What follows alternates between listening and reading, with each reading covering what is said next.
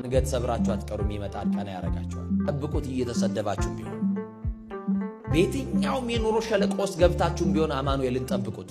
ቀና ያርጋችሁ። አማኑኤል አንገት የሰበራችሁ ቀና ያርጋችሁ። ከሰው በታች የሆናችሁ ቀና ያድርጋችሁ። ቀና የጣላችሁ ቀና ያርጋችሁ። ጊዜ የተዋችሁ ቀና ያርጋችሁ። አማኑኤል ቀና ያረጋል በሰዓት። እግዚአብሔር ላይ ተስፋ አድርጉ። በእግዚአብሔር ተስፋ አይቆረጥም። እግዚአብሔር የዘጋው ነገር ካለ ራሱ ላይ መጠበቅ ነው። እንደ ዘካርያስ እግዚአብሔርን በማምለክ ጽና።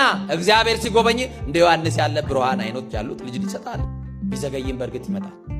ሊመጣ እግዚአብሔር እርግጠኛ ነው። ወገኖች እግዚአብሔርን ለምኑት። እግዚአብሔር ምንም የሚያሳጣችሁ የለም። አንድ ቀንማ ቀና ሳያረገን አይተዋል። ቤተክርስቲያን ያገኛችሁትን ሰው ምን ሆንክ አትበሉት። ምን ያልሆነው ነገር አለ? ስንት ጉድለት ይዘን እኮ ነው የመጣ ነው። ስንት ነገር እንዲስተካከልልን እንፈልጋለን። እግዚአብሔር እኮ የሸፈነልን ብዙ ነገር አለ።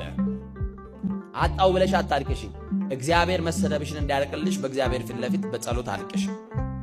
ሐና እንደታገሰች ታገሽ እንጂ እግዚአብሔር አንድ ቀንማ ሳይጎበኝሽ አይተውሽ። እናንተ የማታውቁትን ሺህ ጉድጓድ እኮ ደፍኖላችሁ እዚያ ቆማችሁ። የሚያኖርህ እኮ እግዚአብሔር ነው።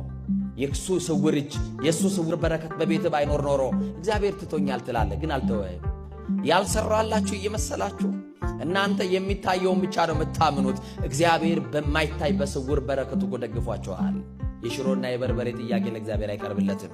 እናንተ የእግዚአብሔር ገንዘቦቹ ናችሁ። የሚፈልጋችሁ እግዚአብሔር እናንተን ነው። መከራ ውስጥ ያላችሁ ሰዎች አላችሁ። ልክ ደስ ብሏችሁ ተደስታችሁ ስቃችሁ ሳትጨርሱ ደግሞ ሌላ ለቅሶ የምታለቅሱበት ምዕራፍ ይከፈታል። ሳቅና ለቅሶ በሕይወታችሁ እየተፈራረቀ ማግኘትና ማጣት አገኘ ተብሎ ሳይነገርላችሁ ያላችሁ ከእጃችሁ ተበትኖ አተረፈ ተብሎ ከመነገሩ አስቀድሞ ደግሞ ከስራችሁ እጃችሁ ላይ ገባ ተብሎ ከመነገሩ አስቀድሞ ደግሞ ከእጃችሁ ያለው ተበትኖ መከራ ውስጥ ያላችሁ ሰዎች ትኖራላችሁ። ሐና መከረኛ ሴት ናት። በነገራችን ላይ የመከራ ጽናት፣ የዘመን ብዛት እግዚአብሔር ረስቶኛል ብቻ ሳይሆን እግዚአብሔር የለም ያስብላል። ለወቶ ስብሐት መከራ ሲፈራረቅ ብዙ ሰዎች ተስፋ ሲቆርጡ እግዚአብሔር ትቶኛል አይደለም ይሉት የለም ማለት ይጀምራሉ።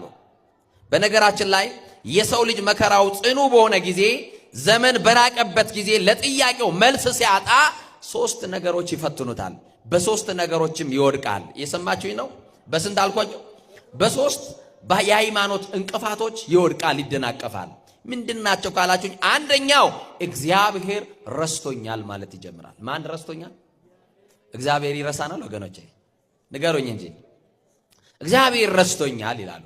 ሁለተኛ ደግሞ ይሉና የሚጠይቁት ጥያቄ በፈለጉ